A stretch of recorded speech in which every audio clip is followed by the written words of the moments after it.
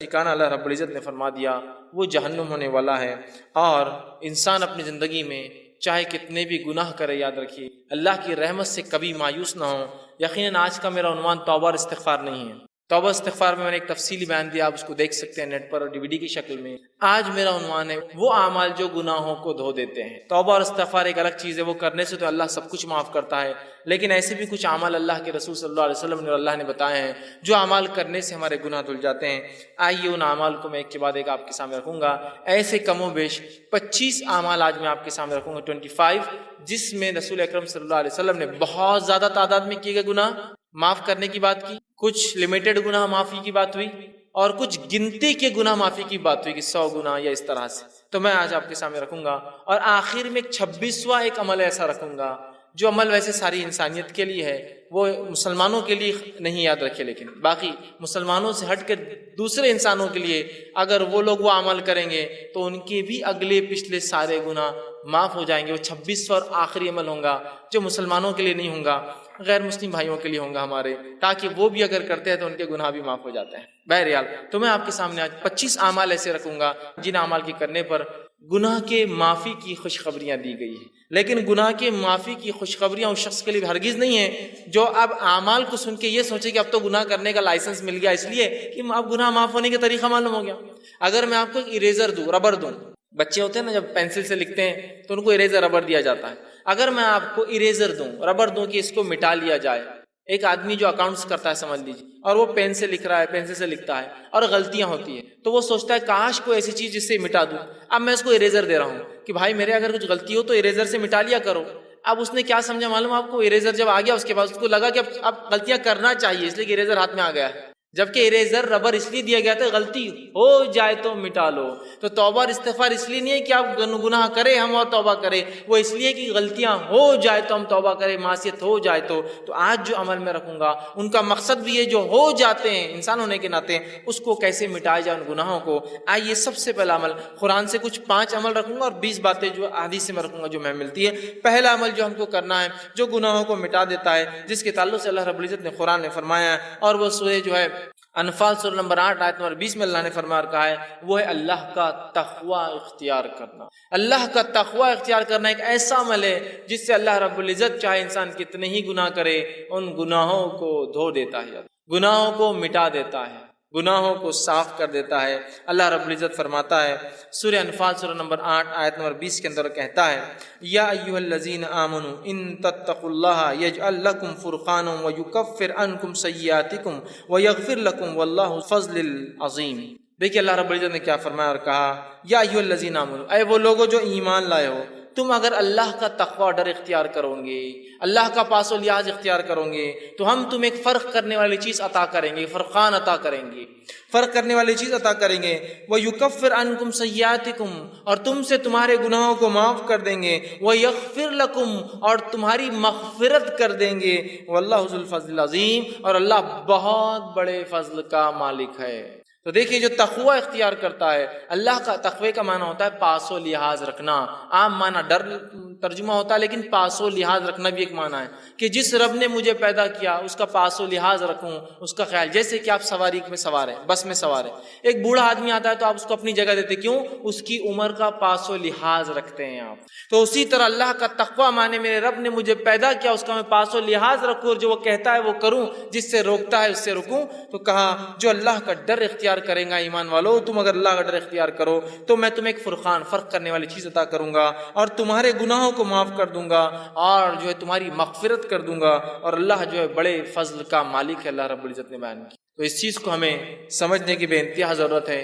اللہ کے تقوی کی بہت بہت بہت بڑی اہمیت یاد رکھی شریعت، جو کہ آج ہم بھول چکے، یاد رکھیے بھول چکے۔ تقوی کے اتنے فائدے ہیں، اتنے فائدے ہیں۔ ویسے آج کا عنوان چونکہ وہ اعمال ہے جو گناہوں کو مٹا دیتے ہیں، اس لیے میں دوسرے فائدے نہیں رکھ رہا ہوں۔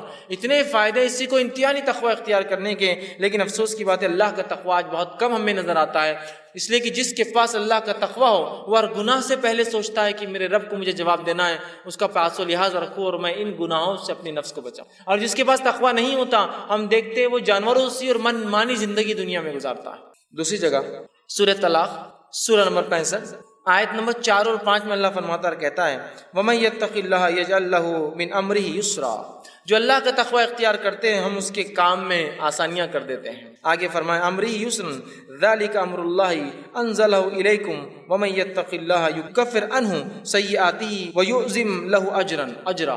دیکھیے اللہ کیا فرماتا ہے اگلی آیت میں کہ جو اللہ کا ڈر پاس و لحاظ اختیار کرتا ہے اللہ اس کے معاملات آسان کر دیتا ہے۔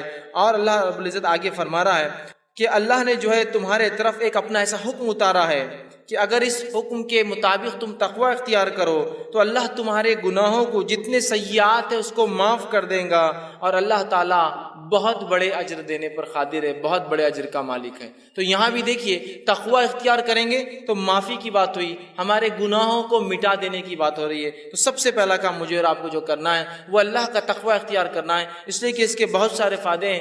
نبی اکرم صلی اللہ علیہ وسلم جو خطبہ حاجہ پڑھتے ہیں اس خطبہ حاجہ میں یہ آیت آپ بار بار جو ہے تلاوت کیا کرتے تھے، جو میں نے بھی خطبے کے ابتدا میں پڑھی، یا ایھا الذین آمنوا اتقوا اللہ وقولوا قولا سدیدا، اے وہ لوگوں جو ایمان لائے ہو سیدھی اور سچی بات کرو، یصلح لکم اعمالکم، اللہ تمہارے اعمال کی اصلاح کرے گا، ویغفر لکم ذنوبکم، تمہارے گناہوں کو معاف کرے گا۔ تو یہاں بھی دیکھیے اللہ رب العزت نے فرمایا کہ یا ایھا الذین آمنوا اتقوا اللہ، اے وہ لوگ جو ایمان اللہ کا تقوی اختیار کرو، اگر تقوی اختیار کرو گے تو تمہارے اعمال کی اصلاح کریں گا، وَيَغْفِرْ لَكُمْ ذُنُوبَكُمْ، تمہارے گناہوں کو بھی معاف کر دیں گا۔ تو یہ بے انتہا ہمارے لیے ضروری ہے کہ ہم اللہ کا تقوی اختیار کریں اگر ہم چاہتے ہیں کہ اللہ ہمارے گناہوں کو معاف کرے۔ دوسرا عمل ہمیں جو کرنا ہے جو قرآن سے ملتا ہے، جس کی اختیار کرنے سے انشاءاللہ ہمارے گناہ دھل جائیں گے، معاف ہو جائیں گے، مٹا دیے جائیں گے، اللہ انہیں بخش دیں گا، اپنی رحمت سے انہیں ختم کر دیں گا، وہ عمل ہے اطاعت رسول صلی اللہ علیہ وسلم۔ نبی اکرم صلی اللہ علیہ وسلم کی اطاعت سارے زندگی کے ہر شعبے میں، پیدائش سے لے کر موت تک، لمیٹڈ ایڈیشن نہیں۔ ہمارے پاس سنت کی بات، اتباع سنت کی بات بہت مختصر ہوتی ہے، کبھی کبھار ہوتی ہے نا، بہت مختصر۔ کب جب جھگڑا ہو جائے تو چل رہا حدیث میں کیا آتا ہے چلو دیکھیں گے، عام اس میں نہیں، جب تک جھگڑا نہیں چلنے دو جو چل رہا ہے معاملہ ہے نا۔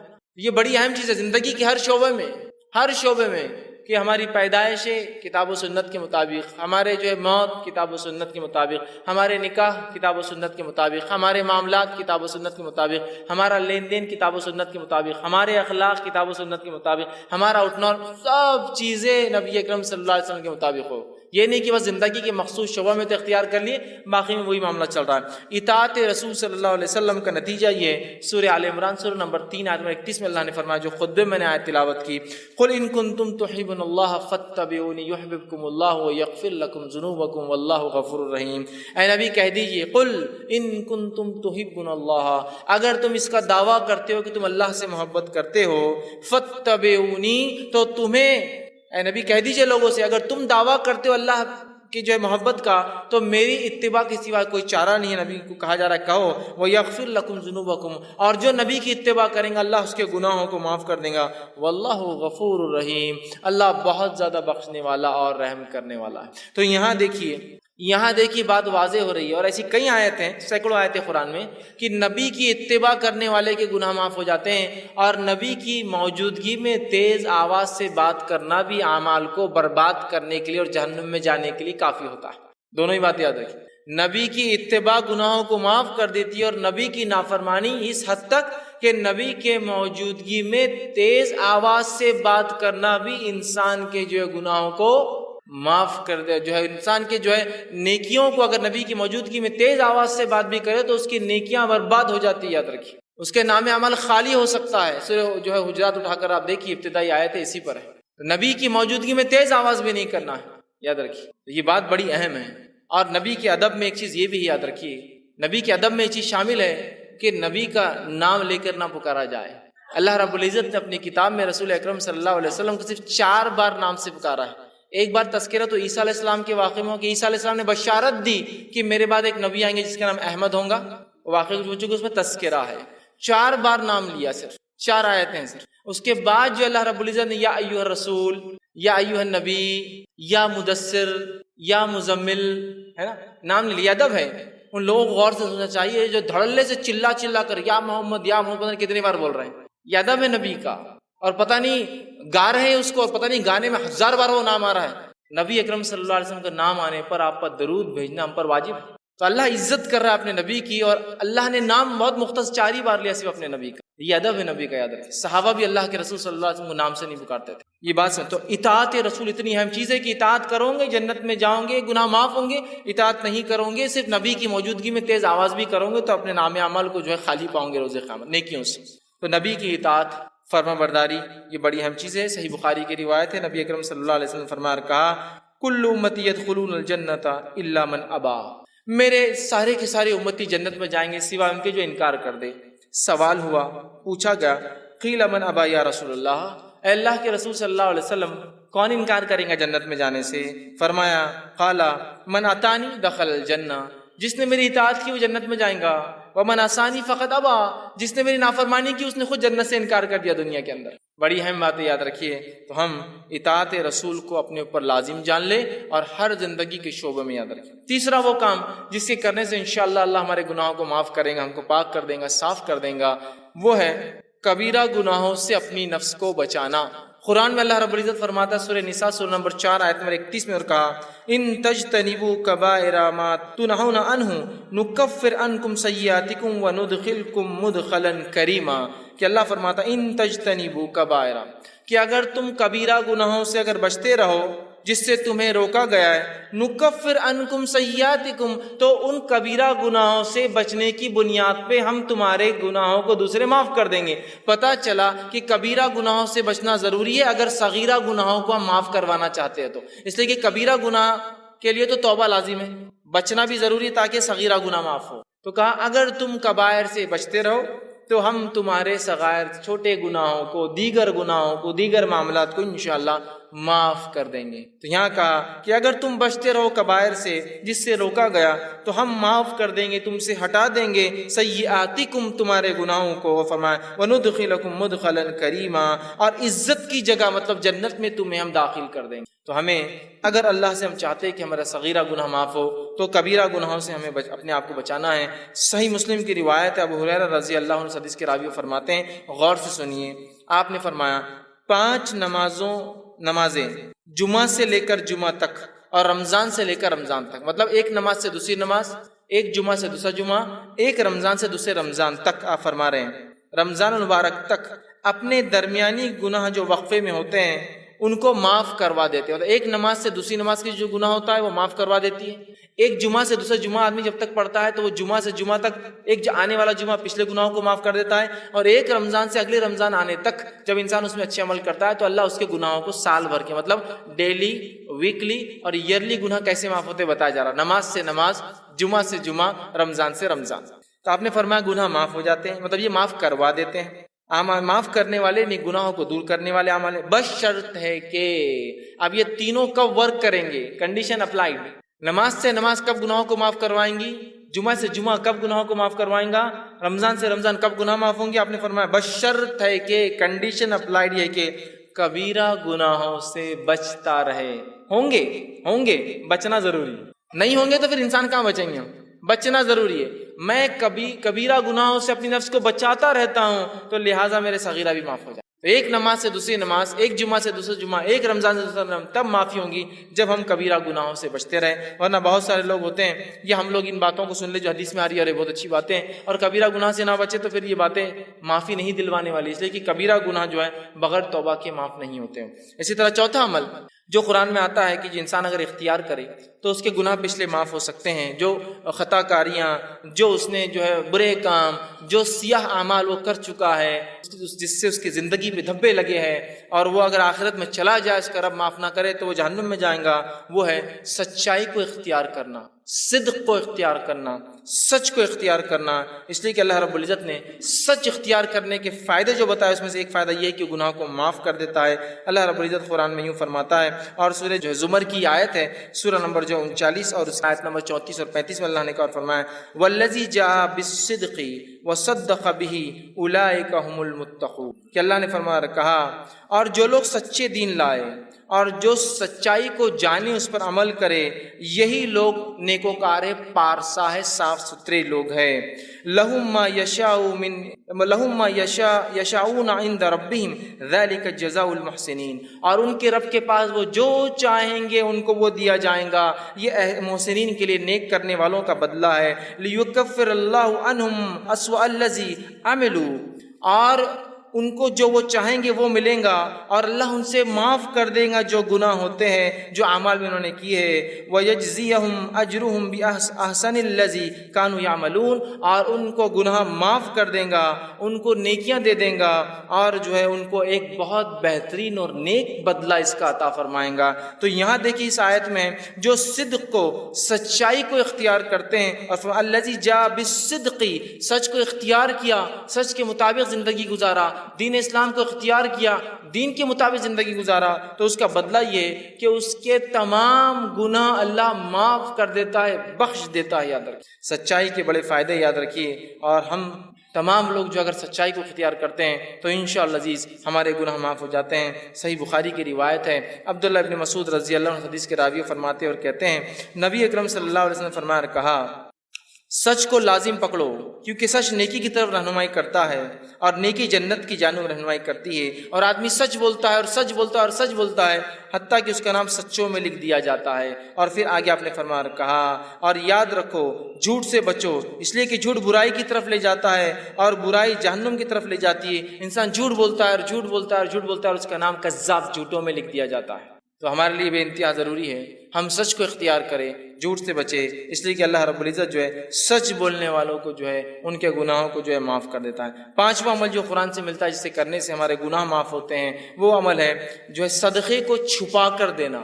صدقے کو چھپا کر دینا، بتا کر ظاہر کر کے نہ دینا۔ حالانکہ صدقے کو ظاہر کر کے دینا بھی جائز ہے، لیکن چھپا کر دینا یہ افضل عمل ہے۔ اللہ رب العزت فرماتا سورہ بقرہ سورہ نمبر 2 آیت میں 271 میں اللہ نے فرمایا اور کہا، ان تبدوا الصدقات فنعما ہی وان تخفوها وتؤتوها الفقراء فهو خیر لکم ویکفر عنکم من سیئاتکم واللہ بما تعملون خبیر۔ اللہ فرماتا ہے اگر تم اپنے صدقات کو ظاہر کر کے دو تو یہ بھی اچھا ہے، لیکن اگر چھپا کر دو، مخفی دو، ڈھانک کر دو، تو یہ تمہارے لیے زیادہ خیر ہے۔ جو تم فقیروں کو چھپا کر دو یہ تمہارے لیے زیادہ بہتر ہے۔ اللہ اس صدقے کی برکت سے تمہارے گناہوں کو معاف کر دیں گا، مٹا دیں گا، ہٹا دیں گا، تم سے دور کر دیں گا۔ اور فرمایا سیئاتکم وبما تعملون خبیر، اور اللہ ہر اس عمل سے خبردار ہے جو تم کرتے ہو۔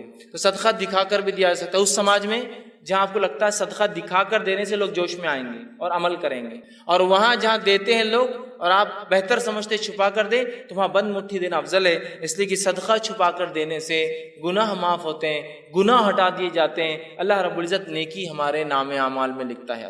یہ بہت بڑی بات ہے، ہمیں کوشش کرنا چاہیے کہ ہم صدقہ کریں اور چھپا کر کریں، اور اپنے صدقے کو منی والعزا دکھاوا کر کے، جتلا کر، بار بار یاد دلا کر کہ ہم نے تمہیں صدقہ دیا تھا، ہم برباد نہ کریں۔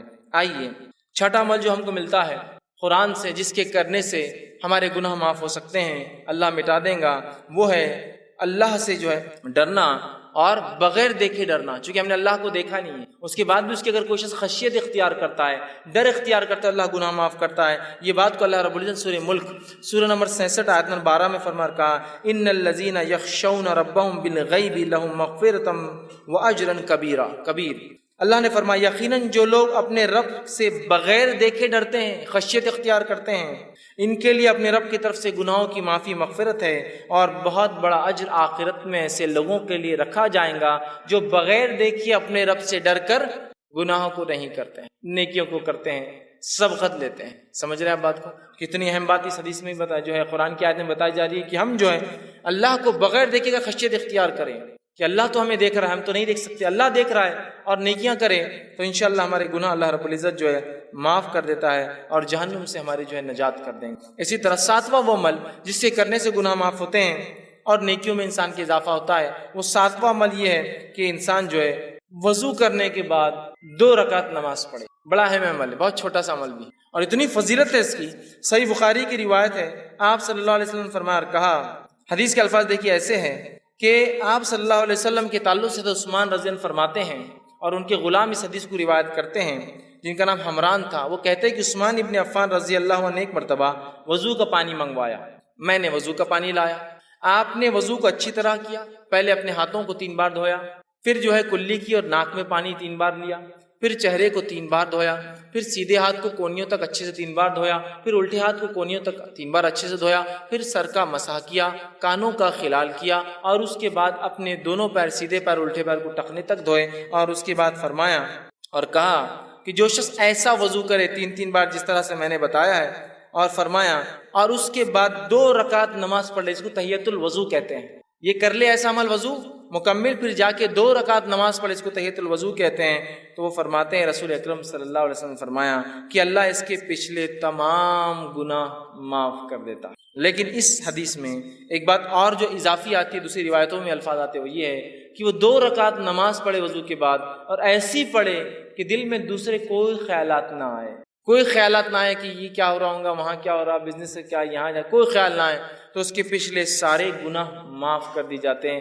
لیکن ایک بات میں یہاں ضرور رکھنا چاہوں گا، وہ یہ ہے کہ یہ تمام صغیرہ گناہ معاف ہوتے ہیں، کبیرہ گناہ بغیر توبہ کے معاف نہیں ہوتے، یہ بات یاد رکھ لیجیے، اس کے لیے توبہ ضروری ہے، اور بندوں کا حق ہے تو بندے سے معافی بھی ضروری ہوتی ہے، لیکن یہ صغائر سارے معاف ہو جائیں گے۔ صرف ایک عمل دیکھیے، اچھے سے وضو کرنا پرفیکٹلی، اور جا کے 2 رکعت نماز پڑھنا تحیۃ الوضو، گناہ سارے اس کے معاف ہو جائیں۔ اسی طرح جو ہے صحیح بخاری کی روایت ہے، جو حضرت عثمان رضی اللہ عنہ جب وضو کر چکے تو کہنے لگے کہ تم کو ایک حدیث سناتا ہوں، مطلب انہوں نے وضو کیا اور حدیث سنائی دوسرے لوگوں کو، اور کہا رسول اکرم صلی اللہ علیہ وسلم نے جو ہے میرے سامنے ایسا وضو کیا، اور کہا جو شخص اچھے سے اس طرح سے وضو کرے، اور پوری حدیث ان کو سنائی، اور اچھی طرح وضو کرنے کے بعد 2 رکعت نماز پڑھے، تو اس نے جتنے گناہ کیے ہوں گے اس نماز کی وجہ سے دوسری نماز تک، مطلب ایک نماز سے دوسری نماز تک وہ سارے گناہ بھی معاف۔ مطلب ایک انسان نے وضو کیا، وضو کرنے کے بعد ایک نماز پڑھی، سمجھ لیجیے تحیۃ الوضو نہیں، ایک نماز پڑھی، اگر یہ نماز کے بعد پھر دوسری بار وہ مسجد میں آتا ہے، پھر اچھے سے وضو کرتا ہے اور نماز پڑھتا ہے، تو یہ نماز سے وہ نماز تک بھی اس سے گناہ معاف ہو جاتے ہیں، اور اوپر والی روایت میں تھا کہ سارے گناہ معاف ہو جاتے ہیں۔ تو دیکھیے کتنی بڑی باتیں بتائی جا رہی ہے صرف وضو کر کے اچھے سے نماز پڑھنے پر۔ 8واں پوائنٹ جس کے کرنے سے 8ویں بات جس سے حدیث میں آتا ہے کہ گناہ معاف ہو سکتے ہیں، وہ یہ ہے کہ نماز کے لیے اچھے سے وضو کرنا، جہاں وضو کے بعد نماز پڑھنا گناہوں کو معاف کرتا ہے، وہیں اپنی ذات سے وضو کرنا بھی گناہوں کو معاف کرتا ہے، یاد رکھیے۔ جہاں اچھے سے وضو کر کے نماز پڑھنا ثواب دیتا ہے، وہیں صرف اچھے سے وضو کرنا بھی انسان کے گناہ معاف کر دیتا ہے۔ اس سے ایک بات جو پتہ چل رہی ہے، اور بھی حدیث ابھی آگے آ رہی ہے جو پتہ چلیں گے، وہ یہ ہے یہ تمام باتیں اس شخص کے لیے جو مسجد آتا ہے اور نماز پڑھتا ہے۔ نمازی جو نہیں ہے اس کے لیے سارے دروازے بند ہو جاتے، دیکھیے خود ہو، دیکھیے وضو کون کرے گا؟ جو نماز پڑھتا ہے۔ تحیۃ الوضو کون پڑھے گا؟ جو نماز پڑھتا ہے۔ تحیۃ المسجد کون پڑھے گا؟ جو نماز پڑھتا ہے۔ نفل اور مؤکدہ اور فرض کون پڑھے گا؟ جو نماز پڑھتا ہے نا؟ تو یہ ثواب سارے نمازیوں کے لیے۔ اب جو آدمی نماز نہ پڑھتا ہو تو اندازہ لگائے اس کے گناہ کتنے بڑھ رہے ہیں، اور صاف کرنے کا کوئی راستہ ہی نہیں ہے اس کے۔ تو مسجدوں سے اپنا رشتہ جوڑ لے، ہم یاد رکھیے، تاکہ جانے انجانے میں جو گناہ ہو رہے سب معاف ہوتے جائیں گے ایک کے بعد ایک۔ کہ تو ایک وضو کرا، اچھے سے 2 رکعت پڑھی، سارے گناہ معاف۔ ایک وضو کے بعد نماز پڑھی، اگلے وضو کے بعد نماز پڑھی تو بیچ کے گناہ معاف۔ ساری باتیں تو نمازیوں کے تعلق سے ہی آ رہی ہیں۔ آئیے، وضو خود کرنے سے بھی گناہ معاف ہو جاتے ہیں، اللہ رب العزت گناہوں کو معاف کرتا ہے۔ صحیح مسلم کی روایت ہے، رسول اکرم صلی اللہ علیہ وسلم کے تعلق سے ابو ہریرہ رضی اللہ عنہ فرماتے اور کہتے ہیں، کیا میں تمہاری رہنمائی نہ کروں ایسے کاموں پر جن کی وجہ سے اللہ تعالیٰ تمہارے گناہوں کو مٹا دے؟ اللہ کے رسول نے فرمایا، کیا تمہاری رہنمائی کروں، میں گائیڈنس کروں تمہارا ایسے اعمال کی طرف جن کے کرنے سے اللہ تمہارے گناہوں کو مٹا دے گا، اور ان کے درجات بھی بلند کرے گا، تمہارے مقامات بھی بلند کرے گا؟ اور لوگوں نے کہا، اللہ کے رسول صلی اللہ علیہ وسلم کیوں نہیں، آپ ذرا بتائیے۔ تو آپ صلی اللہ علیہ وسلم نے فرمایا اور کہا، وضو کا پورا کرنا جو ہے سختی اور تکلیف میں، وضو کو اچھے سے کرنا کمپلیٹ، سختی اور تکلیف سے مراد سردی کے دن ہے، پانی ٹھنڈا ہے، گرمی کے دن ہے، پانی گرم آ رہا ہے، اوپر ٹھنڈا گرم ہو چکا ہے دن بھر میں، ہے نا، ہوتا ہے نا۔ تو سردی اور گرمی میں، چونکہ ہم جس علاقے میں ہوتے ہیں ہم کو گرمی کا وضو نہیں معلوم، سردی کا وضو معلوم، صرف تکلیف دہ ہوتا ہے بہت۔ گرمی کا وضو بھی اگر آپ کو دیکھنا ہے تو آپ کبھی دیکھ سکتے ہیں۔ ایک مرتبہ میرا راجستھان کا سفر ہوا پروگرامز کے سلسلے میں، وہاں میں گیا، ایک مقام پہ اترا تو صاحب مجھ سے کہنے لگے، آپ کیا غسل لیں گے؟ تو میں نے کہا ہاں، بہت سفر میں تھکان ہو گئی، بڑا پسینہ، گرمی تھی۔ تو کہا بیٹے برف کی سیل ڈال دو وہ بکیٹ کے اندر جا کر۔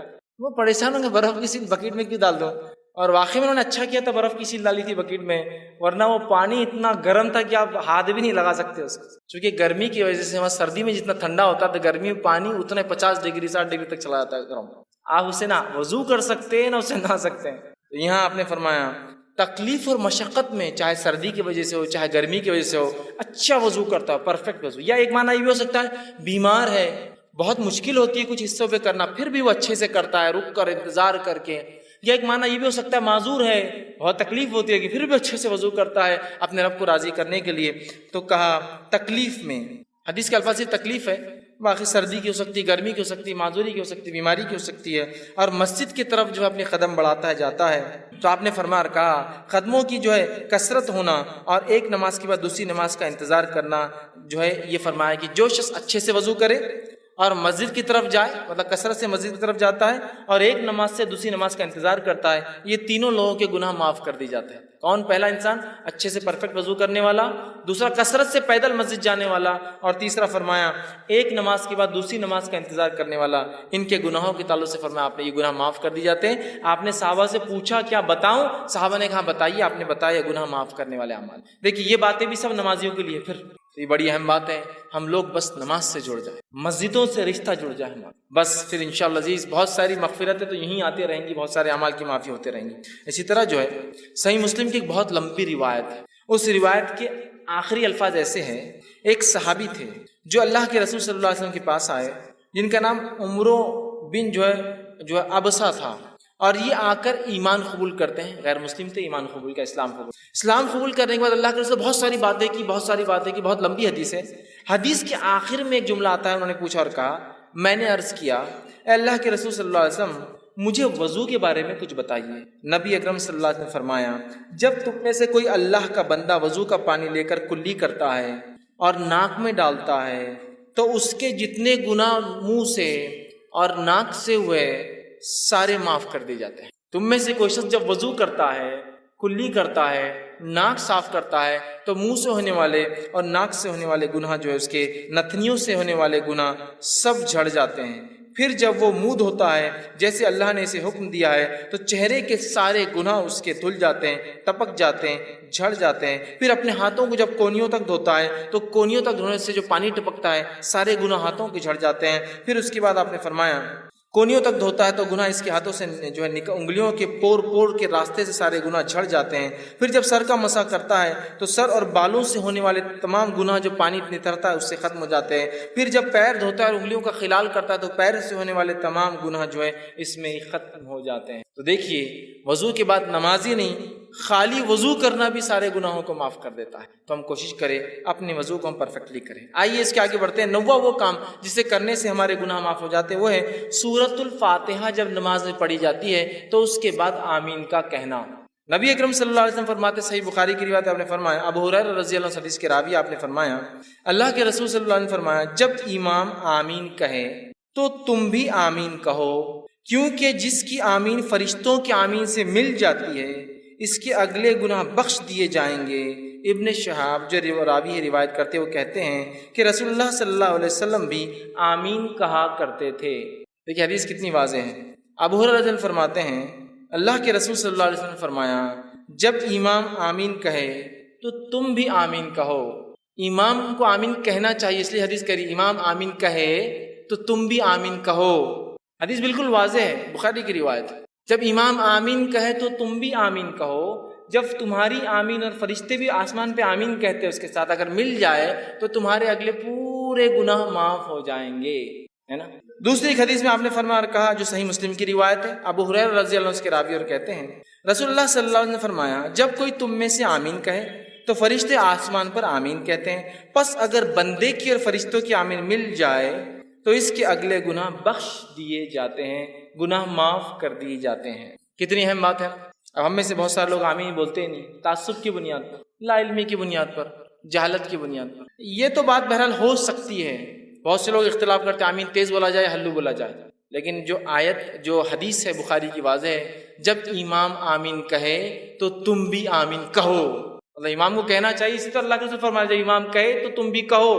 اور اللہ کے رسول خود کہتے تھے، اس لیے صحابہ نے سنا، پیچھے کہتے تھے تبھی تو سنا نا. اب کچھ لوگ کہتے نہیں وہ ہلو سے کہنا چاہیے. ٹھیک ہے، اس بات کو بھی اگر میں مان لوں for the sake of argument بولتے ہیں نا، بحث کے تک ٹھیک ہے بات مان لیں کہ ہلو کہنا چاہیے، لیکن ہلو ہو یا تیز ہو کہنا تو ہے نا. لیکن ہلو ہے اور تیز ہو کہنا تو ہے نا. اب دیکھیے ہمارے پاس کیا ہو رہا ہے، غیر المغضوب علیہم ولا الضالین آمین انا اعطیناک الکوثر فصلی. اب اس میں تیز اور ہلو آمین کہاں ہے؟ چلیے آپ کہہ رہے کہ نہیں ہلو کہنا، ٹھیک ہے ہلو بولیں گے، لیکن آپ نے تو رکا ہی نا، ایسی گاڑی لے گئی کہ وہ اسپیڈ بریکر سے بھی سیدھا چلے گا. غیر المغضوب علیہم ولا الضالین ٹھیک ہے، آپ زور سے نہیں بولنا چاہتے، لیکن بولنا تو ہے نا، دل میں بھی رکنا تو پڑے گا نا. بھاگ گئے آپ دوسری صورت کی طرف. امام کو چاہیے کہ وہ امامت کے ادب سیکھے. نبی اکرم صلی اللہ علیہ وسلم کی واضح حدیث ہے، اتنی بڑی فضیلت کو آپ چھوڑ دیتے اتنے آسانی سے. جہاں فضائل ثابت نہیں وہاں تو من مانے فضائل گڑھے جا رہے ہیں کہ یہاں سے کچھ لوگ گئے تو اللہ نے پورے خبر والوں کی مغفرت کر دیا. تم کو کیسے پتا چلا؟ رسول اللہ صلی اللہ علیہ وسلم تو چلے گئے، وہی تو بند ہو گئی، آج کیسے پتا چلا کہ فلاں لوگ فلاں جگہ سے گزرے تو اللہ نے پورے مردوں کی والی مغفرت کر دی؟ تو ہاں آپ کو کیسے پتا چلا؟ تو جو فضائل نہیں آپ بیان کرتے رہو، جو موجود ہے کہ تم آمین کہو جب امام آمین کہے، اس لیے کہ اگر تمہاری آمین فرشتوں کے آمین سے ملتی ہے تو تمہارے گناہ معاف ہوں گے. یہ بات کچھ ذرا سمجھ میں نہیں آتی ہے. کسی کو ڈسٹرب ہو جاتی ہے نماز اس کی، اور انہیں بولا نماز ڈسٹرب ہو جاتی ہے آمین کہنے سے. میرے بھائی، اللہ کے رسول صلی اللہ علیہ وسلم کا فرمان ہے، میری اور آپ کی بات نہیں ہے نا، میری اور آپ کی بات نہیں ہے. یہ رسول اکرم صلی اللہ علیہ وسلم فرمان ہے، اور کئی روایتیں ہیں. چلیے آپ بولتے ہلو بولنا چاہیے، لیکن ٹائم تو دیجیے ہلو بولنے کے لیے، ولا الضالین کے بعد، تاکہ وہ کہے آمین. دل میں کہنے کو بھی تو ٹائم لگتا ہے نا. نہاتے شروع ہوگا دوسرا ہی سیدھا. تو بہرحال ایک بہت عمل پھر اہم ہم چھوڑ دے رہے. اس کا مطلب 10واں وہ عمل جس کے کہنے سے گناہ معاف ہو جاتے وہ عمل ہے جب امام کہے سمیع اللہ لمن حمیدہ تو پھر مقتدی کہے ربنا ولک الحمد کہنا چاہیے. اس کی بڑی فضیلت صحیح بخاری کی روایت آپ نے فرمایا کہ جب امام کہتا سمیع اللہ لمن حمیدہ تو جو ہے آپ نے فرمایا کہے تو تم مطلب مقتدی جو پیچھے پڑھتے ہیں اللہم ربنا لک الحمد یہ کہو. تو اگر یہ کہنا فرشتوں کے کہنے سے مل جاتا ہے، مطلب فرشتے بھی یہ کہتے ہیں آسمان مل جاتا ہے، تو آپ نے فرمایا تمہارے اگلے سارے گناہ معاف ہو جاتے. آمین پہ کہا پچھلے سارے گناہ معاف ہوتے، اس پہ کہا اگلے سارے گناہ معاف ہو جاتے ہیں. مطلب آپ نے سورہ فاتحہ پڑھی، آمین کا گناہ اگلے معاف ہو گئے، اس کے بعد سمیع اللہ لمن حمیدہ ربنا لک الحمد پڑھا، پچھلے گناہ معاف کرا لیا. کتنی اہم فضیلت ہے.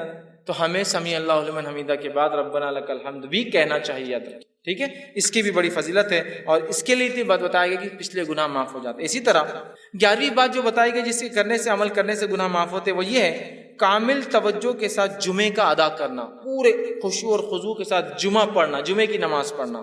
مطلب یہ ہفتے واری گناہ کیسے معاف ہو وہ آگے بات ہے. وہ روز کے گناہ تھے، مطلب نماز سے نماز تھے، اب ویکلی گناہ کیسے معاف ہو سکتے ہمارے جمعے سے جمعہ. آپ نے فرمایا کہا بخاری کی روایت ہے، سلمان فارسی رضی اللہ عنہ حدیث کے راوی ہے، وہ کہتے ہیں کہ اللہ کے رسول صلی اللہ علیہ وسلم فرمایا کہا جو آدمی جمعے کے دن غسل کرتا ہے اور اتنا پرفیکٹ جہاں تک ہاتھ جاتا ہے اپنے آپ کو اچھے سے صاف کرتا ہے، اچھے سے دھوتا ہے، پھر فرمایا صفائی کرتا ہے جہاں تک بھی ہاتھ جاتا ہے، پھر اپنے تیل میں سے تیل لگاتا ہے، مطلب اپنے بالوں میں تیل لگاتا ہے، پھر اپنے گھر والوں کی خوشبو میں سے خوشبو لگاتا ہے، مطلب اگر میسر نہ ہو خود کی نہ ہو تو گھر والوں کی خوشبو بھی لگا سکتا ہے، لے کر خوشبو لگاتا ہے، عطر لگاتا ہے.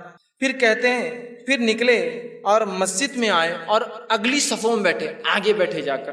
اس کے بعد جو ہے 2 آدمیوں کو الگ نہ کرے، مطلب پیٹ انگال کے نہ جائے، 2 آدمیوں کو الگ نہ کرے، اگلی صف میں جا کے بیٹھے، اور اس کے بعد جتنی نماز اس کے مقدر میں ہوتی نماز کو ادا کرے، مطلب جتنی ہو سکتی نفل پڑھے، سنت اور نوافل کا اہتمام کرے.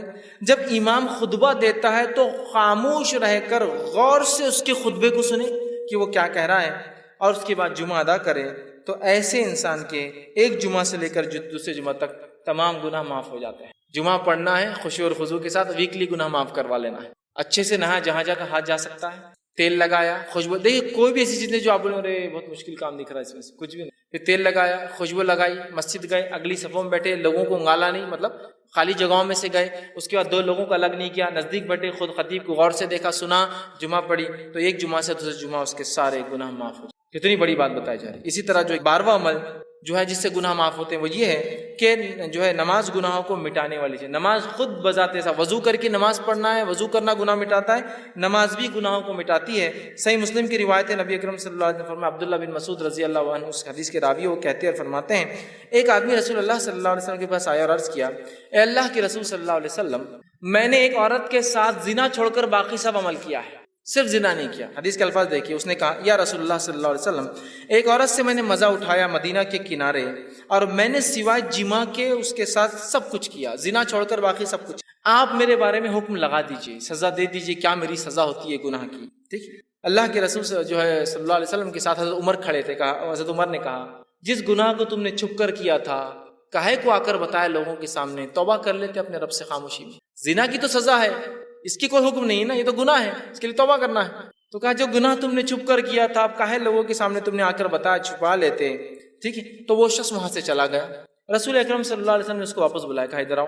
وہ شخص واپس لوٹ کر آیا، اور واپس آنے کے بعد آپ نے کہا اس شخص کو کہا اور فرمایا اور کہا، چونکہ وہ شخص آیا تھا اور اللہ کے رسول کے ساتھ نماز بھی پڑھی تھی، چونکہ اس کی آگے کی تفصیلی روایت آگے آ رہی ہے، وہ میں انشاءاللہ وہ بھی رکھتا ہوں، تو آپ نے فرمایا کہا اقم الصلاۃ طرفا النہار وزلفا من اللیل، کہ نماز قائم کرو دن کے وقت اور رات کے حصے میں، ان الحسنات یذہبن السیئات، اس لیے کہ نیکیاں گناہوں کو دور کر دیتی ہے، ذالک ذکر للذاکرین، اور یہ قرآن ایک ذکر ہے ان لوگوں کے لیے جو نصیحت حاصل کرتے ہیں، ذکر کرنے والے ہیں۔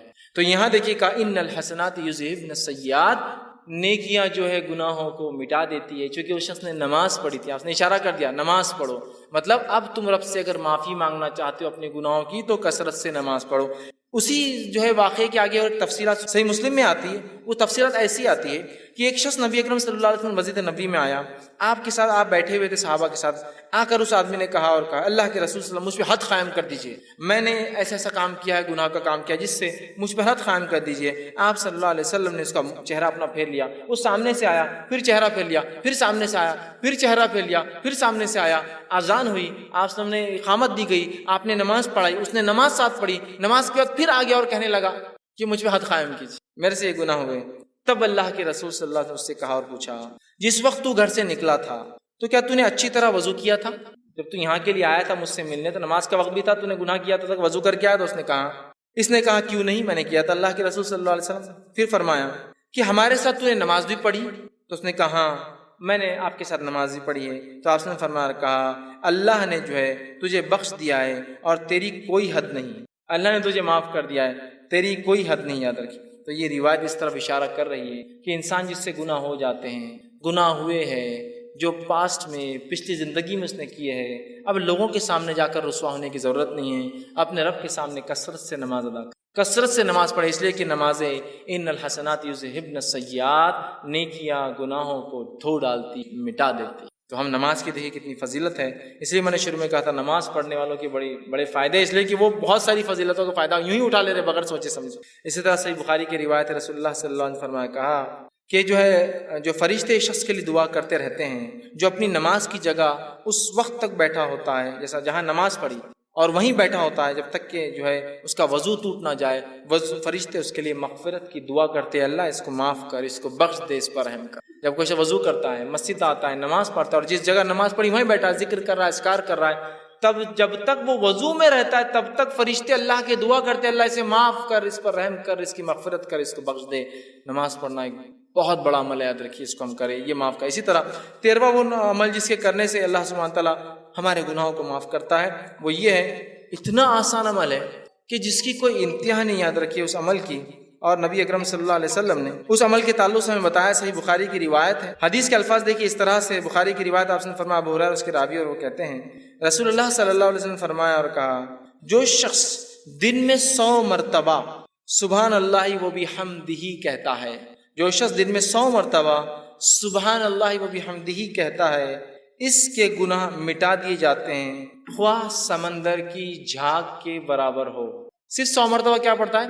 سبحان اللہ و بحمدہ۔ اپنے رب کی پاکی جو شخص 100 مرتبہ دن میں سے بیان کرتا ہے، اس کے تمام گناہ معاف کر دی جاتے ہیں، حتیٰ کہ اگر وہ گناہ سمندر کی جھاگ کے برابر بھی ہو۔ یہ تمام باتیں صغائر کے تعلق سے، صغیرہ گناہوں کے کتنے بھی ہو، سبحان اللہ و بحمدہ 100 مرتبہ پڑھے، گناہ معاف۔ صحیح بخاری کی دوسری روایت اس میں ابو ہریرہ رضی اللہ عنہ فرماتے، اللہ کے رسول صلی اللہ علیہ وسلم نے فرمایا اور کہا، اور آپ نے فرمایا، 2 کلمے ایسے ہیں جو رحمان کو بڑے پیارے ہیں، زبان پر بہت ہلکے ہیں اور میزان میں بہت بھاری پڑیں گے، سبحان اللہ و بحمدہ و سبحان اللہ العظیم۔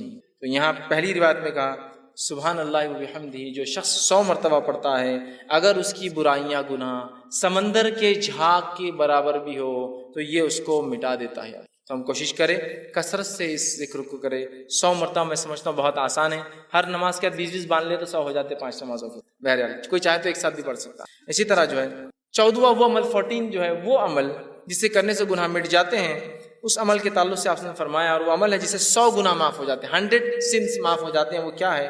ابو ہریرہ رضی اللہ عنہ فرماتے، صحیح بخاری کی روایت، آپ نے فرمایا اور کہا، جو شخص لا الہ الا اللہ وحدہ لا شریک لہ لہ الملک ولہ الحمد وہو علی کل شیء قدیر ایک دن میں 100 بار کہتا ہے، لا الہ الا اللہ وحدہ لا شریک لہ لہ الملک ولہ الحمد وہو علی کل شیء قدیر، عام زبان میں اس کو چوتھا کلمہ بولتے ہیں۔ جو شخص اس کو 100 مرتبہ پڑھتا ہے تو آپ نے فرمایا اس کا ثواب کیا ہے؟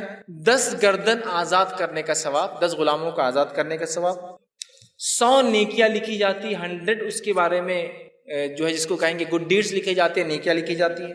پھر فرمایا اس کی 100 نیکیاں لکھی جاتی ہے اور 100 برائیاں اس کی مٹا دی جاتی ہے، اور شیطان کے وسوسوں سے، شکنجے سے، اس کے جو ہے بہکانے سے، پھسلانے سے وہ شخص جو ہے شام تک محفوظ رہتا ہے۔ جب سے پڑھا صبح سے لے کر شام تک محفوظ رہتا ہے۔ دیکھیے کتنا آسان کلمہ ہے۔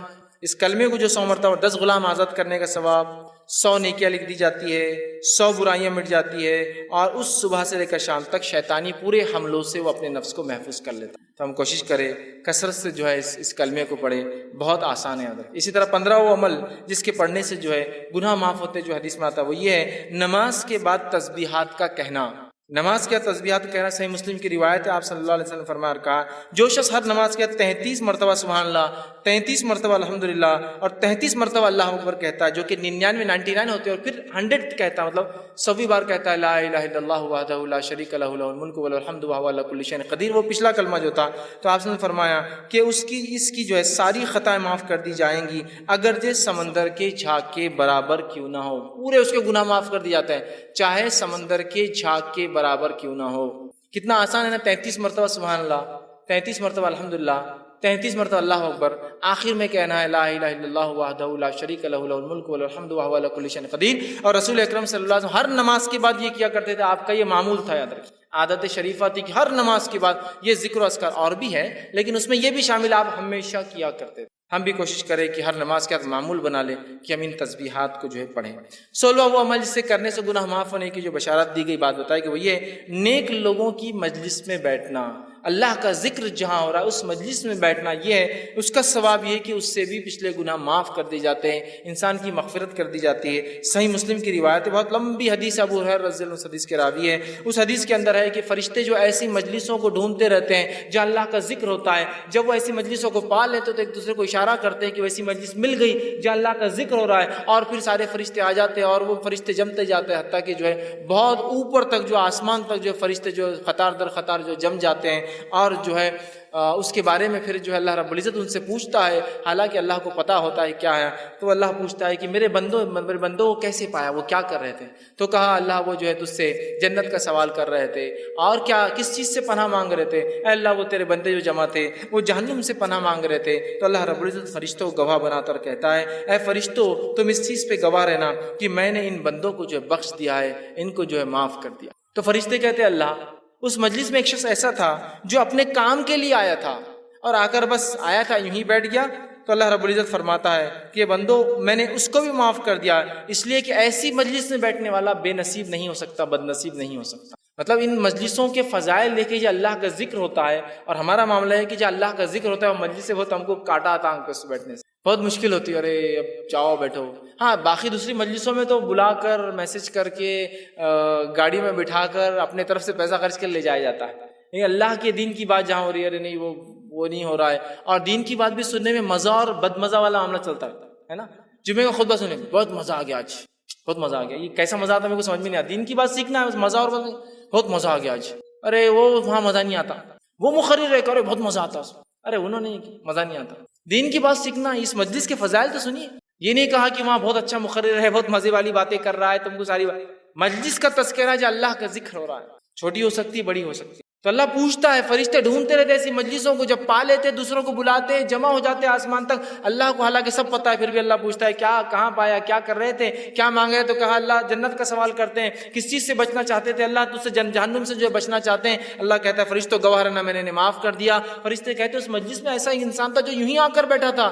اللہ نے کہا، اللہ سبحانہ تعالیٰ فرماتا ہے یہ مجلس ایسی نہیں ہے جس میں بیٹھنے والا جو ہے بد نصیب ہو، مطلب وہ بھی اس کا فائدہ اٹھا لیتا ہے۔ اندازہ لگائیے اللہ کے ذکر کا کتنا بڑا فائدہ ہے۔ ہم کوشش کریں ایسے مجلسوں میں جائیں اور اس کا اہتمام کریں کہ اللہ کا ذکر ہو، ورنہ ہمارے پاس جو مجلسیں ہوتی ہے دنیاوی بات، فالتو باتیں، اور پتہ نہیں کیا کیا مجلس سجتی، مجھے بہرحال بتانے کی ضرورت نہیں۔ کوئی حرام کاریوں کی مجلس سے سجا رہا ہے، کوئی برائیوں کی مجلس سے سجا رہا ہے، لوگوں کو دعوت دی جاتی ہے، اور جب دینی مجلسوں کا بات آتا ہے لوگوں کی آنکھ پہ کانٹے کھڑے ہو جاتے ہیں، اس لیے کہ وہاں بہت مشکل ہوتی ہے۔ وہاں مشکل ہوتی ہے. بہرحال اس کو سمجھ نہیں. اسی طرح 17واں وہ بات، وہ گناہ، وہ عمل جس سے کرنے سے گناہ معاف ہوتے ہیں، وہ یہ ہے کہ گناہ کی بات فوراً اللہ کی طرف رجوع ہونا. گناہ ہوا، اللہ کی طرف رجوع ہو جائیے کہ اللہ مجھ سے یہ گناہ ہوا، اور توبہ کرنا فوراً یہ گناہوں کو معاف کر دیتا ہے. ابو ہریرہ رضی اللہ عنہ حدیث کے راوی، بخاری کی حدیث ہے، آپ صلی اللہ علیہ وسلم نے فرمایا کہا، حدیث کچھ اس طرح سے کہ نبی اکرم صلی اللہ علیہ وسلم سے جو ہے آپ نے فرمایا کہا، ایک بندہ ہے جو گناہ کرتا ہے اور گناہ کرنے کے بعد عرض کرتا ہے اللہ مجھ سے گناہ مجھے معاف کر دے. اللہ تعالیٰ کہتا ہے فرشتوں سے، اے فرشتوں، میرا ایک بندہ ہے جسے معلوم اس کا ایک رب ہے اور وہ اس کو معاف بھی کر سکتا ہے اور اس کو سزا بھی دے سکتا ہے اور میں نے اس کو معاف کر دیا. پھر وہ بندہ دوسرا ایک اور بار پھر خطا کرتا ہے، پھر وہ کہتا ہے اللہ مجھے معاف کر. اللہ کہتا ہے فرشتوں، میرا ایک بندہ ہے جسے پتا ہے اس کا ایک رب ہے جو معاف بھی کرتا ہے اور گرفت بھی کر سکتا ہے، اور میں نے اس کو معاف کر دیا. پھر وہ ایک خطا کرتا ہے، پھر کہتا ہے اللہ مجھ سے گناہ ہوا. اللہ کہتا ہے فرشتوں، میرا ایک بندہ ہے جو جانتا ہے اس کا ایک رب ہے جو معاف بھی کرتا ہے لیکن پکڑ بھی کرتا ہے اگر وہ جانتا ہے کہ دونوں ہو سکتا ہے. تم گواہ رہنا، اس نے مجھ سے 3 بار معافی مانگی اور میں نے اس کو بخش دیا اور اس کو معاف کر دیا. گناہ ہوتے ہی فوراً معافی مانگنا. لیکن میں نے شروعات میں بات واضح کر دی تھی، اس کا ہرگز معنی یہ نہیں کہ آپ گناہ کریں اس لیے کہ اب بتایا جا رہا ہے اتنے جلدی معاف ہو جاتے ہیں. جیسے بہت سارے لوگ ہوتے ہیں، لوگوں کو خوب تکلیفیں پہنچاتے ہیں، خوب اذیتیں دیتے ہیں، اور اس کے بعد کہاں چلے گئے وہ صاحب؟ حج کو چلے گئے. ایک صاحب مجھے بتانے لگے کہ میں ایک صاحب کے پاس گیا، وہ ایک سنستھا سوسائٹی چلاتے تھے، میں نے ان کو پیسہ دیا جاب کے لیے، وہ مجھے 5-6 سال ٹھگا دیا، کوئی جاب واب نہیں ملی. اس کے بعد میں ایک بار گیا اور کہا اب تو پیسے دے دو، اللہ تم کو معاف نہیں کرے گا. تو بولے میری معافی پہلے ہی ہو گئی. تو صاحب نے کہا ایسے کیسے؟ میں نے حج کر کے آ گیا نا. بولے تو جتوں کا پہلے لیا تھا حج کر کے آ گیا تو پورا کلیئر کر دیا، بولے پرانا اب میرے پہ نہیں رہا. تو اندازہ لگے گویا حج کو ہم نے ایک طریقہ بنایا گناہ کرنے کا. گناہ ہو جائے تو نیکیاں کرنے سے مٹ جاتے ہیں، لیکن اس کا ہرگز مطلب نہیں گناہ کرو اس لیے کہ نیکیاں پھر کرو تاکہ مٹا دو، ہے نا. میں جا کے آ گیا حج کو، مفتی صاحب نے بول دیا کہ وہ پچھلا سب ختم ہو گیا، بندوں کا بھی ختم ہو گیا اور اللہ کا بھی ختم ہو گیا سب. اندازہ لگائی. تو بہرحال تو اس حدیث کے اندر دیکھیے، وہ بندے سے خطا ہوئی، اس نے معافی مانگی، پھر خطا ہوئی، پھر معافی مانگی، پھر خطا ہوئی، پھر معافی مانگی، تو اللہ رب العزت اس کی مغفرت کر دی. اور اس کے آپ سب نے حدیث فرمایا، حدیث کے الفاظ دیکھیے اس طرح سے، ایک مالک ہے جو گناہ بخشتا ہے اور گناہ پر سزا بھی دیتا ہے. میں نے اپنے بندے کو 3 بار بخش دیا ہے، اب وہ جیسے چاہے اعمال کرے، تو میں نے اس کی مغفرت کر چکا ہوں، میں نے اس کی مغفرت کر دی ہے، معاف کر دیا اس کو. اس سے پتہ چلا جیسے ہی ہم سے گناہ ہو فوراً کیا کرنا چاہیے؟ اللہ سے گناہ کی معافی مانگنا چاہیے. یہ نہیں کہ گناہ ہو تو انتظار کرے، ہے نا. گناہ کرتے ہی معافی مانگ لے انسان، لیکن ہم جب گناہ کرتے ہیں تو جان کے کرتے گناہ ہے اور اس لیے معافی نہیں مانگتے کہ اگلی بار کرنا ہے، ابھی ختم تھوڑی ہوا. نہیں، ابھی تو شروعات ہی ہے، ابھی 1-2-4 سال ایسے ہی چلیں گا، اس کے بعد دیکھا جائے گا. تو گویا نیت بھی نہیں وہ معافی مانگنے کی. گناہ ہوا کہ وہ شخص معافی مانگ رہا ہے، اللہ بس خطا ہوگی مجھ سے، احساس ہے اس کو کہ میں غلط کام کر رہا ہوں، یہ احساس ہے، لیکن توبہ نہیں. کیوں؟ ابھی کنٹینیو کرنا ہے نا اس چیز کو. اور توبہ کی شرائط میں سے ایک شرط یہ بھی کہ اس کو عمل کو آئندہ نہ دہرائے. یہ نہیں کہ بس توبہ کر لی اور پھر وہ عمل جاری ہے، پھر وہ عمل جاری ہے. وہ شخص ایک غلطی کر رہا ہے، توبہ کر رہا ہے، دوسری غلطی ہو رہی، توبہ کر رہا ہے، تیسری غلطی ہو رہی، توبہ کر رہا ہے رب سے فوراً. یہ طریقہ یاد رکھے. تو ہمیں بھی چاہیے غلطی ہو فوراً توبہ کرنا. 18واں وہ عمل جو ملتا ہے جس سے کرنے سے انسان کی گناہ معاف ہوتے، وہ یہ ہے لوگوں سے تکلیف کو دور کرنا. لوگوں سے تکلیف کو دور کرنا. صحیح مسلم کی روایت ہے، آپ صلی اللہ علیہ وسلم فرمایا کہا، ابو ہریرہ رضی اللہ عنہ حدیث کے راوی، حدیث کے الفاظ اس طرح سے آپ نے فرمایا، جو ایک شخص راستے میں جا رہا تھا، اس نے راہ میں کانٹوں والی ایک شاخ دیکھی، کانٹوں والی ایک شاخ، جھاڑ کی جو ہوتی ہے کانٹوں والی ایک شاخ دیکھی، تو اسے راستے سے ہٹا دیا. اللہ تعالیٰ نے اس نیکی کی اس کی قدردانی کے بدلے اس کو بخش دیا، اس کی مغفرت کر دی. کس کے بدلے میں؟ راستے سے ایک کانٹے دار شاخ ہٹانے کی وجہ سے ایک انسان کی اللہ نے کیا کی؟ مغفرت کر دی. صرف کانٹے دار شاخ. صحیح مسلم کی ایک دوسری روایت ہے، اس کے الفاظ اس طرح سے ہے کہ ابو ہریرہ رضی اللہ عنہ فرمایا کہ اللہ کے رسول صلی اللہ علیہ وسلم نے فرمایا کہا، جنت میں ایک شخص کو میں نے دیکھا جو گھوم اور پھر رہا تھا، گھومتے پھرتے دیکھا. جب پوچھا گیا کہ جنت میں کیسے اور کیسے گھوم پھر رہا ہے، تو بتایا گیا کہ اس نے ایک درخت تھا، جھاڑ تھا جو راستے میں تکلیف دے رہا تھا، اس شخص نے اس جھاڑ کو کاٹ دیا جو لوگوں کو تکلیف دے رہا تھا. اللہ نے اس کے بدلے اس کی مغفرت کر دی اور اس پر رحم کر دیا اور اس کو معاف کر دیا. راستے سے ایک جھاڑ کو جو تکلیف دے رہا تھا ہٹا دیا. اس سے پتہ چلتا ہے کہ تکلیف کو راستے سے ہٹانا، لوگوں کو تکلیف دینے والی چیزوں کو ہٹانے سے کیا ہوتی ہے؟ اللہ ہمارے گناہوں کو معاف کرتا ہے، ہماری مغفرت کرتا ہے. اب اللہ ہم پر رحم کرے، ہم راستے میں تکلیف دہ چیز جاننے کو اپنا مقصد حیات سمجھنے لگ گئے ہیں نا. اچھا خاصا روڈ ایک جھاڑ لگا دو، بولے جھاڑ لگائیں گے تو پھر دکان کا ٹپ آگے کر دیں گے، پھر کمرے کو آگے بڑھا لیں گے، پھر سب آگے بڑھ جاتا ہے. پھر اگلے 10-12 سال کے ایک اور جھاڑ آگے لگا دو، پھر اس کو کیج بنا دو، پھر اس تک ایک دیوار، پھر گھر تھا 10 فٹ پیچھے اور ابھی 12 فٹ روڈ پہ آ گیا. دھیرے دھیرے جھاڑ لگاتے جاؤ، گھر آگے بڑھاتے جاؤ. اس شخص نے ایک جھاڑ جو راستے میں تکلیف دے رہا تھا کاٹ دیا. عام اعتبار سے جھاڑ نہیں کاٹنا چاہیے، یاد رکھیے، بلا وجہ، لیکن ضرورت تھی. ایک شخص نے کانٹے دار جو ہے چھڑی جو راستے میں پڑی تھی ہٹا دی، جو لوگوں کو چبھ رہی تھی. آج ہم لوگوں کے راستے بند کرنے کانٹے لگا دیتے ہیں، لبھو ذرا لوگ جا رہے ہیں، یہاں سے راستہ ذرا بند کرنا پڑے گا. یہ الگ بات ہے کسی کی زمین جائیداد ہو اور لوگ اس میں گھس رہے ہوں تو آپ روک سکتے ہیں، لیکن لوگ رکا رہے نہیں، یہ راستے کو اپن ختم کر دیں گے، تھوڑی دیر بعد اپنے گھر کو اپن ادھر سے بند کر کے پورا لے لیں گے ایریا، لگا دو کانٹے. لوگوں نے لانا نہیں ہوتا ہے نا، گلی جہاں جا کے ختم ہوتی ہے، جس کا آخری گھر ہے وہ ادھر کا بھی لینا شروع کر دیتا ہے، دھیرے دھیرے کچرا، کانٹے، غلاظت اور ایریا کیپچر. آپ نہیں کر سکتے کوئی راستے کو بند، یاد رکھیے، کسی بھی قسم کا ہو، کتنا ہی چھوٹا اور بڑا ہو، یاد رکھیے کھلا رکھنا ہے راستوں کو، ہم کو یاد رکھیے. تو راستے کو اس نے ہٹا دیا. انسانوں سے تکلیف دہ چیز ہٹانے سے بھی اللہ رب العزت مغفرت کرتا ہے اور معاف کرتا ہے، گناہ ہمارے معاف ہوتے. تو ہم کوشش کریں ہم سے کسی کو تکلیف نہ ہو اور ہم راستے سے تکلیف کو ہٹانے والے بنیں، اس لیے کہ یہ ہمارے ایمان کا حصہ ہے. نبی اکرم صلی اللہ علیہ وسلم نے فرمایا ایمان کی 70 سے زیادہ 77 کے قریب شاخیں ہیں، اس میں سب سے افضل شاخ لا الہ الا اللہ ہے، اور سب سے نچلی جو ہے وہ ہے راستے سے تکلیف دہ چیز کو ہٹانا. تو یہ ہمارے ایمان کا بھی حصہ ہے. یاد رکھیے تو ہماری گاڑیاں کہاں پارک ہو رہی ہے، ہماری چیزیں جو ہم رکھ رہے ہیں تو اس سے کیا کسی کو تکلیف ہو رہی ہے نہیں ہو رہی ہے، بہت سوچنا پڑے گا آپ کو. اس لیے کہ راستے سے تکلیف دہ چیز ہٹانا ہمارا طریقہ ہے، راستے میں تکلیف پیدا کرنا یہ مومن کا شیوار طریقہ ہے. 19واں وہ عمل جس سے کرنے سے گناہ معاف ہوتے ہیں جو حدیث میں آتا ہے وہ یہ ہے، جو ہے کوئی تکلیف آنے پر صبر کرنا. ایک تو دوسروں کو تکلیف نہیں دینا، اور ایک اپنے پہ تکلیف آئے تو صبر کرنا، یہ بھی جو ہے نیکیاں دیتا ہے، یاد رکھیں گناہوں کو معاف کرتا ہے. نبی اکرم صلی اللہ علیہ وسلم نے فرمایا، صحیح مسلم کی روایت ہے، عبداللہ بن مسعود رضی اللہ عنہ اس کے راوی، اور وہ کہتے ہیں کہ ایک دن رسول اللہ صلی اللہ علیہ وسلم کے جو ہے پاس میں گیا، آپ جو ہے بخار میں مبتلا تھے. میں نے آپ کے جسم مبارک پہ ہاتھ رکھے تو آپ کو بہت شدید بخار تھا. آپ صلی اللہ علیہ وسلم کے تعلق سے میں نے سوال کیا کہ اللہ کے رسول آپ کو تو بہت زیادہ بخار ہے. تو آپ صلی اللہ علیہ وسلم نے فرمایا مجھے 2 آدمیوں کے برابر بخار آتا ہے. مطلب اتنا بخار آپ کو آتا تھا جتنا 2 آدمیوں کا آتا ہے، مجھے 2 آدمیوں کے برابر بخار آتا ہے. ٹھیک ہے، تو عبداللہ ابن مسعود رضی اللہ عنہ فرماتے تو آپ کو اجر بھی دوہرا ہوں گا؟ تو کہا مجھے اجر بھی اس کی وجہ سے دوہرا ملتا ہے. پھر فرمایا کہ کوئی ایسا مسلمان نہیں جس کو تکلیف پہنچے، بیماری ہو، کوئی تکلیف ہو، مگر اللہ تعالیٰ اس کے بدلے میں اس کے گناہ معاف کر دیتا ہے. جیسے ایک سوکھے درخت سے اس کے پتے جھڑ جاتے ویسے اس کے گناہ جھڑ جاتے ہیں. دوسری ایک حدیث کے اندر الفاظ اس طرح سے ہیں، مسلم کی روایت ہے، جابر بن عبداللہ رضی اللہ عنہ بیان کرتے ہیں کہ اللہ کے رسول صلی اللہ علیہ وسلم جو ہے مسیب جو ہے رضی اللہ عنہ ایک صحابیہ تھے، ٹھیک، ان کی ہاں گئے، ان کو بخار آیا ہوا تھا، تو انہوں نے بخار کو برا بلا کہا، بخار کو. تو اللہ کے رسول صلی اللہ علیہ وسلم نے فرمایا کہا کہ بخار کو برا بلا مت کہو، یہ تو ابن آدم کے گناہ مٹا دیتا ہے اور آدم کے بیٹے کی خطاؤں کو یوں دور کر دیتا ہے جیسا بھٹی سے میل کچل نکل جاتا ہے نا، ویسے ہی جب انسان بخار میں ہوتا ہے تو اس کے سنس، اس کے گناہ، اس کے بیڈ ڈیڈز اس طرح دھل کے نکل جاتے ہیں، جیسے جو ہے میل کچل جو ہے لوہے سے گرم کرتے ہیں نا، تپاتے ہیں تو نکل جاتا ہے، اس طرح سے. تو بخار آنا، تکلیف ہونا، بیماری آنا، اس سے بھی مومن کو جو ہے نیکیاں ملتی ہے اور اس کے گناہ جو ہے معاف ہوتے ہیں. یاد رکھیے اس بات کو بھی ہم سمجھیں، اور جب ہمیں کوئی تکلیف آئے اس تکلیف پہ ہم جو ہے صبر کرنے کی کوشش کریں. اس تعلق سے بہت ساری باتیں بہرحال صبر کے تعلق سے آپ پہلے بھی سن چکے ہیں. 20واں وہ عمل جسے کرنے سے گناہ معاف ہوتے ہیں روایتوں میں آتا ہے وہ یہ ہے کہ اللہ تعالیٰ کی رضا کے لیے حج یا عمرہ کرنا.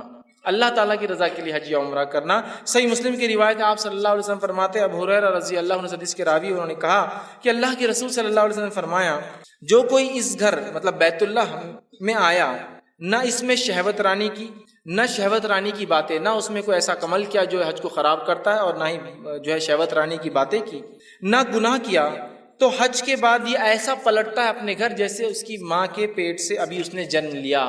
اور ظاہر سی بات ہے انسان جب ماں کی پیٹ سے پیدا ہوتا ہے تو وہ سن لیس ہوتا ہے، بغیر گناہوں کے ہوتا ہے. تو اللہ تعالیٰ کی رضا کے لیے حج اور عمرہ کرنے سے کیا ہوتا ہے، اس کے سارے گناہ انسان کے معاف ہو جاتے ہیں. لیکن یہ خالص اللہ تعالیٰ کے لیے کیا گیا حج اور عمرہ. اور ایک روایت میں الفاظ صحیح مسلم کے اس طرح سے ہے جس کے ابو ہریرہ رضی اللہ عنہ راوی وہ فرماتے ہیں اللہ کے رسول صلی اللہ علیہ وسلم نے فرمایا ایک عمرہ دوسرے عمرے تک کے درمیان کے تمام لرزشوں کا کفارہ بن جاتا ہے. ایک عمرے سے دوسرا عمرہ جب انسان کرتا ہے تو بیچ کے تمام گناہوں کی لرزشوں کا یہ کفارہ بن جاتا ہے. تو حج اور عمرہ اللہ کے لیے ہم خالص کریں، یہ گناہوں کے مٹانے کا سبب بنتا ہے. اللہ ہم پر رحم کریں. ہم نے اپنی عبادتوں کو دکھاوا اور ریا کا ایک ذریعہ بنا دیا. حج بھی کرتے ہیں تو اس لیے کرتے ہیں کہ اب سب نے گھر میں کر لیا تو سب ہم کو بول رہے تم نے نہیں کیے، کہ تم نے نہیں، چلو میں بھی چل جاتا ہوں. اندازہ لگائیے حج اس لیے کر رہے ہیں کہ اتنی دعوتیں کھا لی ہے لوگوں کی کہ اب شرم آ رہی ہے، تو لہٰذا اب اپنے بھی ضروری حج کو جانا چاہیے تاکہ کوئی آ کے ہمارے گھر بھی کھائے. اندازہ لگائے اس حد تک ہو رہا ہے. تو حج کو ہم دکھاوے کے لیے نہیں، خالص اللہ کے لیے کریں، سارے پچھلے گناہ معاف. دیکھیے پہلے نماز کے تذکرہ آیا، اب حج کا آ رہا ہے. فرائض سب سے اہم چیز ہے، یاد رکھیے اس کو ادا کرنا، یہ سب سے بڑی چیز ہے، اور یہ گناہوں کے معاف کرنے کا سب سے بہترین ذریعہ، اللہ سے نزدیکی کے سب سے بہترین۔ فرائض کے بعد نفل کرنے سے اللہ اور خوش ہوتا ہے، یاد رکھیے، خالی نفل کچھ کام کے نہیں جب تک فرائض نہ ہو۔ بہت سے لوگ ہوتے ہیں فرائض چھوڑ دیتے اور نفل میں لگے ہیں، فرائض کے بعد نفل اللہ قبول کرتا ہے، یاد رکھیے۔ اسی طرح 21واں عمل جس سے کرنے سے گناہ معاف ہوتے ہیں وہی یوم عرفہ اور عاشورے کے دن کا روزہ رکھنا۔ یوم عرفہ اور عاشورے کے دن کا روزہ رکھنا، 9 ذی الحجہ کا اور 10 محرم کا روزہ رکھنا، یہ بھی گناہوں کو معاف کرتا ہے۔ صحیح مسلم کی روایت ہے، آپ صلی اللہ علیہ وسلم نے فرمایا اور کہا، عرفے کے دن کا روزہ، روزے کے بارے میں پوچھا گیا تو آپ نے فرمایا اور کہا کہ یہ جو ہے 1 سال گزرے ہوئے اور 1 سال آنے والے گناہ کا، مطلب 2 سال کے گناہ کا کفارہ ہے۔ اور پھر فرمایا کہ جو 10 محرم کا جو عاشورے کا روزہ ہے وہ 1 سال کے گزرے ہوئے گناہ کا کفارہ ہے۔ مطلب عرفے کا 1 روزہ 2 سال کے گناہوں کا کفارہ، اور عاشورہ کے 2 روزے ہوتے ہیں، ایک 9 کا یا 10 کا آپ رکھ سکتے ہیں، وہ 1 سال کے گناہوں کا کفارہ ہے۔ تو کتنا اہم عمل ہے، لیکن اس کو بھی ہم بآسانی چھوڑ دیتے ہیں، آئیں گا عاشورہ دیکھا جائیں گا، سنت تو ہے نا، اتنا کوئی ضروری عمل نہیں، اس لیے کہ فرض تو باقی ہم پورے کر رہے ہیں۔ بہت اہم عمل اس لیے کہ پچھلے 1 سال اور اگلے 1 سال کے گناہ معاف 1 روزے سے، اور 2 روزے سے 1 سال کے گناہ معاف، اس سے بڑا کیا ہو سکتا ہے کہ 1 دن 10-12 گھنٹے